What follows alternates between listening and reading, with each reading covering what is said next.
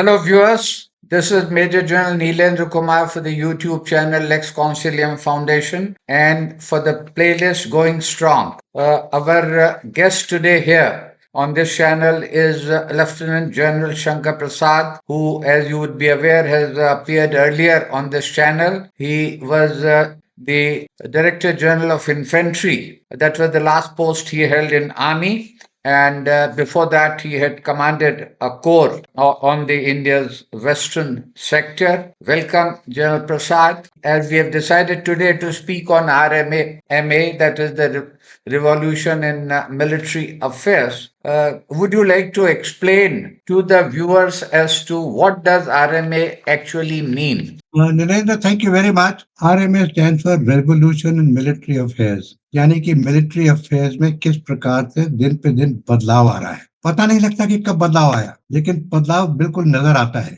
जो इस चीज को समझते हैं, जो चीज इसको जानते हैं, वो देख रहे हैं कि बेसिकली टेक्नोलॉजी की वजह से, बेसिकली नई चीजों के आने से पूरी सोच बदल रही है, पूरी टेक्निक बदल रही है, लड़ाई की वॉरफेयर की सोच बदल रही है, नेशनल लेवल पे सोच बदल रही है।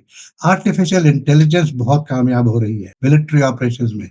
साइबर आ रहा है, सैटेलाइट आ रहा है, और सबसे बड़ी बात यह है कि नॉन कांटेक्ट यानी बिना ह्यूमन बींग्स के कांटेक्ट के आप लड़ाई में हिस्सा ले रहे हैं, क्योंकि मैन पावर, एक ह्यूमन लाइफ बहुत कीमती चीज है, उसको हम खोना नहीं चाहते। एक सिपाही अगर मरता है तो पूरा देश उसके ऊपर शोक मनाता है। तो जो नई टेक्नोलॉजी आ रही है मैन पावर इंटेंसिव नहीं है, वो टेक्नोलॉजी ड्रिवन है। और डॉक्टरेरियल चेंज जो होता है, जिसको सोच की चेंज, वो सबसे बड़ी बात तो सोच की होती है। मैं आपको ये बताना चाहता हूँ कि आज की तारीख में अगर आप नरेंद्र देखें तो विश्व के अंदर 3 अच्छे नमूने हमारे सामने हैं। एक तो आप सीख सकते हैं रशिया यूक्रेन की वॉर की जरा सी एनालिसिस करके, या आप देख सकते हैं इजराइल और हमास की लड़ाई चल रही है। एक 4 साल से चल रही है, एक 2 साल से चल रही है, अंत नजर नहीं आ रहा। और तीसरा आपने देखा अभी कुछ ही दिन पहले ऑपरेशन सिंदूर, जो भारत और पाकिस्तान का हुआ। इन तीनों को जरा 1 मिनट के लिए आप ध्यान दीजिए कि इन तीनों से क्या सिखलाई निकल रही है, क्या रेवोल्यूशन बदलाव आ रहा है, किस तरीके से देश की सोच बदल रही है। रशिया, हम कहते हैं मिलिट्री में एक एम बड़ा क्लियर होना चाहिए। अगर आपका एम क्लियर है तब अवश्य सक्सेसफुल हो सकते हैं। और एम ऐसा होना चाहिए जो कि मुकम्मल हो सके, जो कि अकम्प्लिश कर सके। और तीसरी बात जो है, एम ऐसा होना चाहिए जो मुकम्मल हो सके, और उसका कुछ ना कुछ टाइम फ्रेम होना चाहिए। ये नहीं कि बिल्कुल चलता ही चला जा रहा है, उसका कोई अंत ही नहीं हो रहा। तो आप देखेंगे रशिया और यूक्रेन वॉर में तकरीबन 4 साल से ऊपर हो चुके हैं और कोई अंत नजर नहीं आ रहा। लाखों लोग मर चुके हैं, करोड़ों रुपए की, अरबों रुपए की प्रॉपर्टी डिस्ट्रॉय हो चुकी है, आज भी हो रही है, इस समय भी हो रही होगी। हमास में देख रहे हैं फिलिस्तीन में क्या हुआ, कितने करोड़ों लोग मर गए, बेघर हो गए, आज भी लड़ाई चल रही है। तो रशिया का यूक्रेन लड़ाई में एम क्या था? क्या उनका एम था रिजीम बदलना? क्या उनका एम था जो ईस्टर्न पार्ट ऑफ यूक्रेन है उसको कब्जा करना? क्या उनका एम ये था कि किसी प्रकार से उनके मिनरल्स पर काबू पाना? क्या इजराइल की लड़ाई में उनका एम था हमास को डिस्ट्रॉय करना? हमास को डिस्ट्रॉय करना बड़ा अच्छा एम है, लेकिन क्या मुकम्मल हो सकता है? Hamas is a terrorist organisation. वो सोच है, उस सोच को आप कैसे बर्बाद करेंगे? 10 हमास को आज मारेंगे, 10 हमास कल और खड़े हो जाते हैं। 2 साल से ऊपर हो गए, कोई अंत नजर नहीं आ रहा, सारा पैलेस्टीन बर्बाद हो चुका है। इसी तरह से अगर आप भारत का सिंदूर देखें, भारत और पाकिस्तान का जो एक तरह से कॉम्बैट एंगेजमेंट हुआ था पिछले गर्मियों के मौसम में, मई जून के मौसम, मई में, तो आपने देखा भारत का एम क्या था? टेररिस्ट कैंप्स को बर्बाद करना, जो लाइन ऑफ कंट्रोल के पार है या जो इंटरनेशनल बॉर्डर पर है, उसको कम से कम समय में करना, एक रात में उनको डिस्ट्रॉय करना। तो भारत का एम था destroy terrorist camps along the border and along the international border in one night। वो भारत ने एक रात में कर दिया। जैसे मोहम्मद का भावलपुर में, मोरीदेके में लाइन ऑफ कंट्रोल के सामने 9 टेररिस्ट कैंप को एक रात में बिना इंटरनेशनल बॉर्डर क्रॉस किए बर्बाद कर दिया। दूसरा आपने देखो, उसके अगले दिन पाकिस्तान ने रिस्पांस दी, तो फिर भारत ने उसकी फिर रिस्पांस दी, वो भी टेक्नोलॉजी से। हमारे पास इतनी इंटेलिजेंस थी, हमारे पास इतने यंत्र थे, हमारे पास इतने वेपन्स हैं कि बिना लाइन ऑफ कंट्रोल को क्रॉस किए हुए जो स्ट्रेटेजिक टारगेट्स थे पाकिस्तान के अंदर, मिसाल कर रडार उनके, मिसाल के उनके जहाँ फाइटर जेट्स की एयरफील्ड है, और यहाँ तक कि आज पुष्टि हो रही है इस बात की कि शायद उनकी न्यूक्लियर फैसिलिटीज पर भी भारत ने अटैक किया होगा। केराला हिल में आपने सुना भी होगा, इसके बहुत एनालिसिस सब वर्ल्ड की ऑर्गेनाइजेशंस कर रही हैं। तो इससे क्या हुआ? लड़ाई खत्म हो गई, कोई व्यक्ति भारत में नहीं मरा, कोई खास लोग outside the target area Pakistan में टेररिस्ट मरे जहाँ के टेररिस्ट कैंप्स थे, लेकिन सिविलियन पॉपुलेशन को कोई नुकसान नहीं हुआ। हम चाहते भी नहीं थे, हमारा एम भी नहीं था। जब उन्होंने रिस्पॉन्स की तो हमने स्ट्रेटेजिक टारगेट्स को डिस्ट्रॉय कर दिया, जिससे उनकी न्यूक्लियर फैसिलिटी खराब हो गई, उनका जो न्यूक्लियर का ब्रह्म था वो टूट गया, उनके हवाई जहाज नाकामयाब हो गए आसमान में जाने के लिए, और इस तरीके से वो लड़ाई 3 दिन में समाप्त हो गई। तो this is a major change in thinking.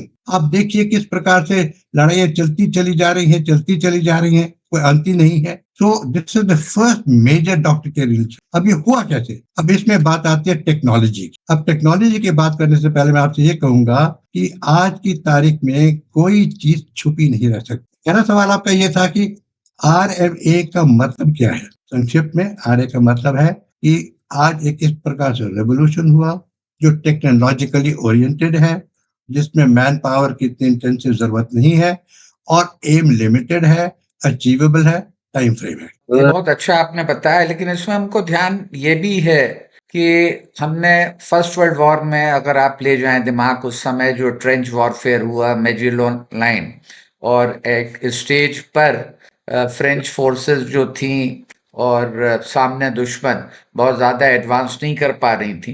तो एक तो जब सिंदूर की बात करते हैं तो यहाँ खास तौर से बहुत एक लिमिटेड एम रखा गया कि हमको टेररिस्ट का इंफ्रास्ट्रक्चर या जो उनका ट्रेनिंग एरियाज हैं उनको बर्बाद करना है, क्योंकि इतना लिमिटेड एम न तो इजराइल में रहा गाजा वॉर में और न यूक्रेन में रहा। वहां तो मैकेनाइज कॉलम्स मूव हुए हैं, उनके आर्मर्ड फॉर्मेशंस का काफी मूव हुआ है। तो ये स्थिति जो दोनों जगह थी वो एक जैसी नहीं है।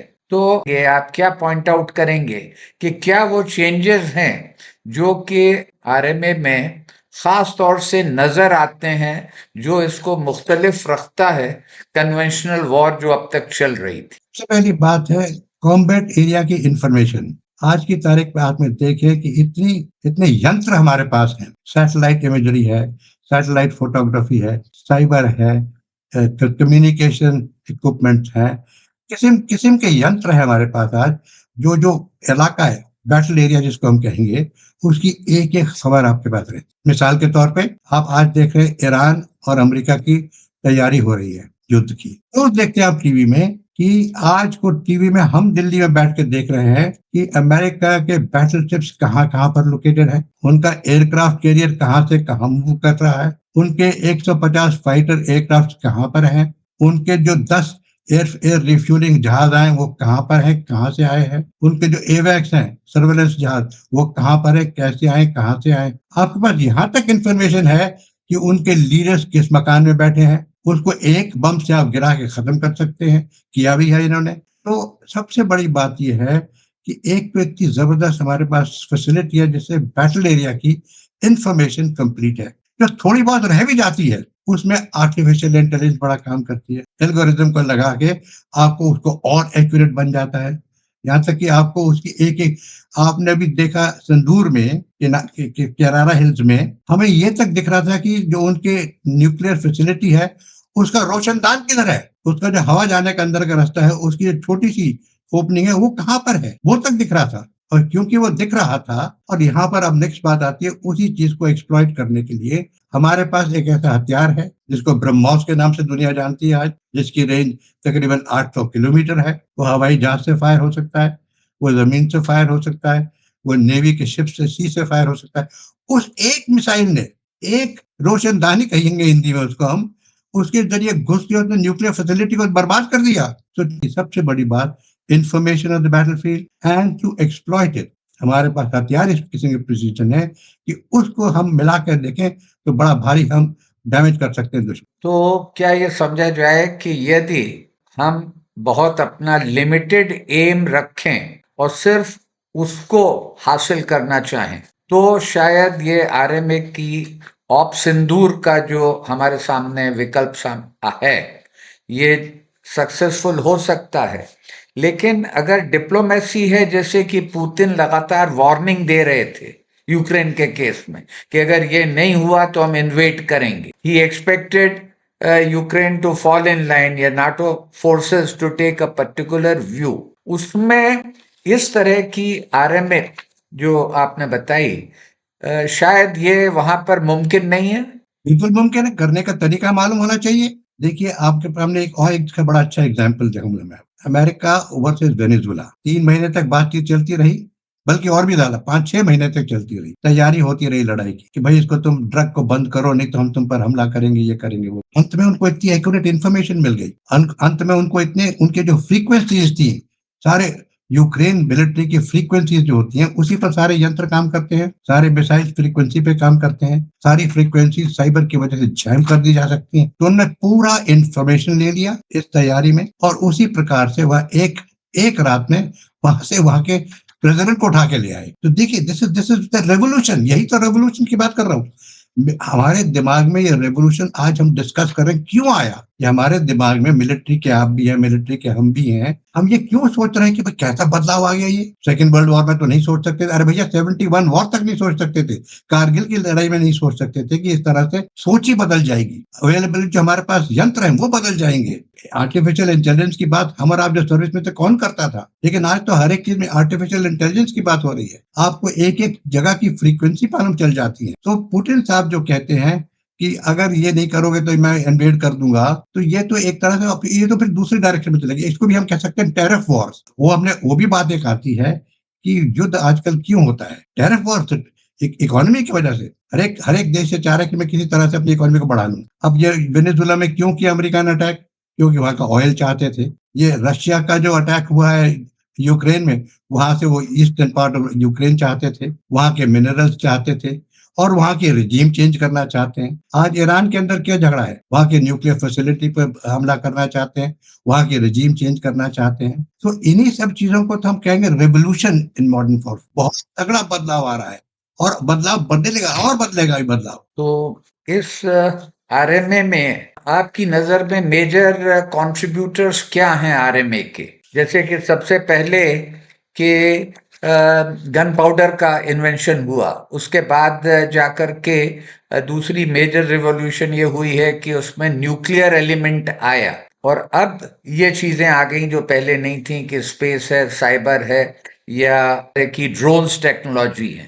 तो मेजर कंट्रीब्यूटर्स क्या आपकी नजर में आरएमए में सबसे हैं? सबसे पहला तो बैटलफील्ड इंफॉर्मेशन, दूसरा आधुनिक हथियार। अब आधुनिक हथियार का थोड़ा उल्लेख करता हूँ। आप सबसे पहले देखिए, आपने कुछ साल पहले तक क्या ड्रोन्स के नाम सुने थे? आज ड्रोन एक इतना इफेक्टिव वेपन हो गया है। ड्रोन, कितनी प्रकार के ड्रोन्स हैं। आज इस प्रकार का ड्रोन है जो 1000 किलोमीटर दूर से चलकर आता है, पेलोड ऑफ एक्सप्लोसिव लेके आता है, पिन पॉइंट जगह पर उसको ड्रॉप कर सकते। यहाँ तक कि टेक्नोलॉजी की बात करें आप, तो भारत सेना की इन्फेंट्री में, एक इन्फेंट्री बटालियन के अंदर एक राइफलमैन आज ड्रोन को समझता है और ड्रोन को चला सकता है। हमारी इन्फेंट्री बटालियन की यूनिट्स में आज की तारीख में जवान के हाथ में एक ड्रोन है जिसकी लाइफ 2 ढाई 3 घंटे तक उसकी इंड्योरेंस है। वो उसको आसमान में उड़ा के दुश्मन के ऊपर ले जाके उसकी इंफॉर्मेशन गेन करके उस पर वहीं पे कुछ गिरा भी सकता है, और वापस आके वहीं से इंफॉर्मेशन देके यहाँ से आर्टिलरी के साथ एंगेज भी कर सकते हैं। ये ड्रोन की काबिलियत है, कहीं किस लेवल तक पहुंच गई है, कहाँ से कहाँ। और आप सोच रहे हैं सबसे लोअर लेवल इन्फेंट्री सोल्जर, वो भी आजकल ड्रोन चला रहा है। दूसरा, अगर आप देखेंगे आज के missile, cruise missile, supersonic missile आ गए। सबसे बेस्ट एग्जांपल में आपको टोमाहॉक का मिसाइल है, सबसे बड़ा। वो तो बाहर के, हमारे देश के अंदर इंडिजिनसली प्रिपेयर्ड ब्रह्मोस मिसाइल है। वो ब्रह्मोस मिसाइल 2.8 मैक की स्पीड से उड़ता है, उसकी रेंज 800 किलोमीटर है। उसको हम ऐसे फायर कर सकते हैं जो टारगेट हमने आइडेंटिफाई कर रखा है 8 फिगर ग्रिड रेफरेंस के साथ, और वो एक्यूरेटली जाके उसको मारता है, डिस्ट्रॉय करता है। उसने विश्व के अंदर एक अपनी छवि पैदा कर दी है ब्रह्मोस मिसाइल में। दुनिया के देश हमारे से, भारत से वो खरीदना चाहते हैं, वियतनाम खरीदना चाहता है, मिडिल ईस्टर्न कंट्रीज खरीदना चाहती है। मेजर इंप्रूवमेंट, आपने नाम सुना होगा लॉइटरिंग एमिनेशन। लॉइटरिंग एमिनेशन क्या होता है? लॉइटरिंग एमिनेशन, आपने फायर किया, टारगेट एरिया में गया, टारगेट एरिया में देख रहा है कि टारगेट है क्या, और उस पर जाकर अटैक कर रहा। हमारे पास एंटी टैंक वेपन्स आ गए हैं आज। आपने एक मिसाइल फायर किया एक पर्टिकुलर टैंक पे, लेकिन जब मिसाइल जा रहा है तो आपने देखा उस टैंक के पीछे एक और टैंक है, उसमें कमांड टैंक है, तो आपने यहाँ से उसको डिफ्लेक्ट करके कमांड टैंक पर ट्रांसफर कर दिया। ये तो आप देखिए ना, आपने यहाँ से एक मिसाइल फायर किया, इसकी डिफेंस में एक आयरन ड्रोम बन गया है। वो मिसाइल यहाँ से फायर होता है, महाभारत में आपने देखा होगा जो फिल्म में दिखाते थे, इधर से एक एरो फायर हुआ, उधर से एक एरो फायर हुआ, बीच में टकरा के दोनों नष्ट हो गए। वही तो हो रहा है। कभी हमने और आपने सोचा था कि एक S-400 आएगा, S-500 आएगा, जो कि कोई मिसाइल कहीं से भी फायर होगा उसको हम हवा में ही नष्ट कर देंगे। जब ईरान ने इजराइल के ऊपर कितने मिसाइल फायर किए, कितने टारगेट पे पहुंच पाए, आयरन ड्रोम ने उसको सबको डिफ्लेक्ट करके नष्ट कर दिया। तो ये एक तो इसीलिए तो मैं कह रहा था आपसे कि this is not man power intensive, यानी कि आदमी को वहां जाने की जरूरत नहीं पड़ी। आपने यहाँ से मिसाइल फायर किया, उसने वहां से ड्रोन से उसको डिफ्लेक्ट करके वहीं बर्बाद कर दिया। तब बताइए आप इससे ज्यादा और क्या आप एडवांसमेंट सोच सकते हैं। जनरल, ये तो एक तरफ का पिक्चर है। याद करें कि आज अगर आप पंजाब रेजिमेंट में एक बटालियन कमांडर होते तो हाल में अपने ऑप सिंदूर का पिक्चर दिया है। ये एक पिक्चर है कि एक आप देखें गलवान, जहां पर कि एक पिस्टल या स्मॉल आर्म फायर करने का भी मौका नहीं मिला और वहां पर जरूरत थी पत्थरों की, बोल्डर्स, और एक तरह से दोनों फोर्सेस एक साथ हैंड टू हैंड कॉम्बैट में आ रही थीं और उसके लिए हमको तैयार रहना है, उसके लिए भी फिट रहना है। दूसरी तरफ तो कारगिल, मेरा जो ध्यान मैं आपका ला रहा हूं वो एक कमांडिंग ऑफिसर की तरफ है कि उसको कारगिल जैसे लड़ाई जहां फिजिकल एंगेजमेंट है सोल्जर्स, उसके लिए अपनी बटालियन को तैयार रखना है। वहां पर शायद ड्रोन्स और आर्टिफिशियल इंटेलिजेंस का उस सिचुएशन में ना इंडियंस इस्तेमाल कर सकते थे ना चाइनीज। यह दूसरा कारगिल का। और तीसरा ये जो जनरल नरावने साहब कह रहे हैं कि वो देख रहे हैं कि उनके टैंक्स हमारी तरफ रोल कर रहे हैं, कि अब जो कन्वेंशनल वॉर सिंदूर से पहले थी उसकी नौबत कभी नहीं आएगी। नौबत नहीं आनी चाहिए। मुझे ये सोच के अचंभा होता है कि आपके पास फौज है हथियार के साथ, चाहे राइफल ही कहिए, आप लड़ाई में जा रहे हैं उस राइफल को पीछे छोड़। क्यों? क्योंकि हमारा चाइना से कोई 1993-95 का कोई एग्रीमेंट है। ये क्या एग्रीमेंट है? इसी कॉन्टेक्स्ट में उससे 20 साल पुरानी बात बताता हूँ आपको मैं। नाथुला में क्या हुआ था जब जनरल सगत सिंह वहां पे डिव कमांडर थे 17 डिव में, तो इसी प्रकार के हुक्म थे कि आप फायर नहीं करेंगे, आप आर्टिलरी ओपनिंग करने से पहले कोर कमांडर से परमिशन लेंगे, किस किस से आर्मी कमांडर से परमिशन लेंगे। लेकिन जो लोकल कमांडर है सगत सिंह साहब, जो मेरे जनरल थे उस समय, जब उन्होंने देखा कि चाइनीज इस प्रकार से आ रहे हैं तो उन्होंने बिना पूछे गाछे किसी से आर्टिलरी फायर खोल दिया। 600 चाइनीज मारे गए। अब आप बात करिए कारगिल की। देखिए कारगिल की लड़ाई तो एक बहुत ही क्या कहूं मैं, बिल्कुल प्रिमिटिव वे में हमने लड़ी थी शुरू में। और उस समय तो मैं डीजी इन्फेंट्री था भाई, तो हमें क्या चीजों की कमी दिखी? हमें सबसे बड़ी कमी इस चीज की दिखी कि हमारे पास एनिमी की एक्यूरेट इंफॉर्मेशन नहीं थी। तुरंत उसी के बाद तो हमारे पास ये नए सैटेलाइट आने, ये ड्रोन आने शुरू हो गए। ड्रोन्स की जो इंट्रोडक्शन हुई थी इंडियन आर्मी में, वो उसकी स्टार्ट पॉइंट कारगिल से ही हुई थी। अब ड्रोन्स के जरिए हमें उनके एग्जैक्ट पोजीशंस का मालूम चलने लगा था। उसी समय एयरफोर्स ने प्रिसीजन गाइडेड मिसाइल्स फायर किए थे। तो वही तो हमारा जो सब्जेक्ट है आज का, कि गलवान को देख के, कारगिल को देख के और कन्वेंशनल लड़ाई को देख के क्या बदलाव आया आज आपके और हमारी सोच में, क्या बदलाव आया आर्टिफिशियल इंटेलिजेंस में, क्या बदलाव आया है हमारे पास जो non contact, without having to have human being contact, नए हथियार आए हैं। उस टाइम पे कारगिल की लड़ाई में हमारे पास एक ऐसा कोई हथियार नहीं था जो एक हिल से दूसरी हिल, जिसकी डिस्टेंस तकरीबन 4 या 5 किलोमीटर, उसको कोई फायर करके डिस्ट्रॉय कर सके बनकर। उस समय हमने रॉकेट लॉन्चर्स लिए थे मार्क 4, और वो हमने फिर इस किस्म के यंत्र लिए 4000 मीटर की लंबाई में जाके एक बंकर के अंदर घुस के एक बंकर को डिस्ट्रॉय कर सकते। ब्रिटिश हमने लिए थे ना ये। This is what I am talking about, this is what is the subject today. तो ये कारगिल था, कहाँ गलवान था, कहाँ आज हम हैं, और सिंदूर ने क्या करके दिखाया। हमारे दिमाग में ये डिस्कशन की जरूरत क्यों पड़ रही है आज? इसी मारे कि हमने अपनी आंखों के सामने देखते देखते कितना बदलाव देखा है, कारगिल का बदलाव देखा है। ये जो आपने बदलाव का उल्लेख किया, तो ऑप सिंदूर तो बहुत लिमिटेड 2-3 दिन के अंदर पूरा सब एंगेजमेंट खत्म हो गया और जो उस वक्त एम था, ऑब्जेक्टिव था, उसको संभवतः पूरी तरह आर्मी मुकम्मल और हो गया। एयरफोर्स ने मिल करके अचीव कर लिया। तो वो एक सिचुएशन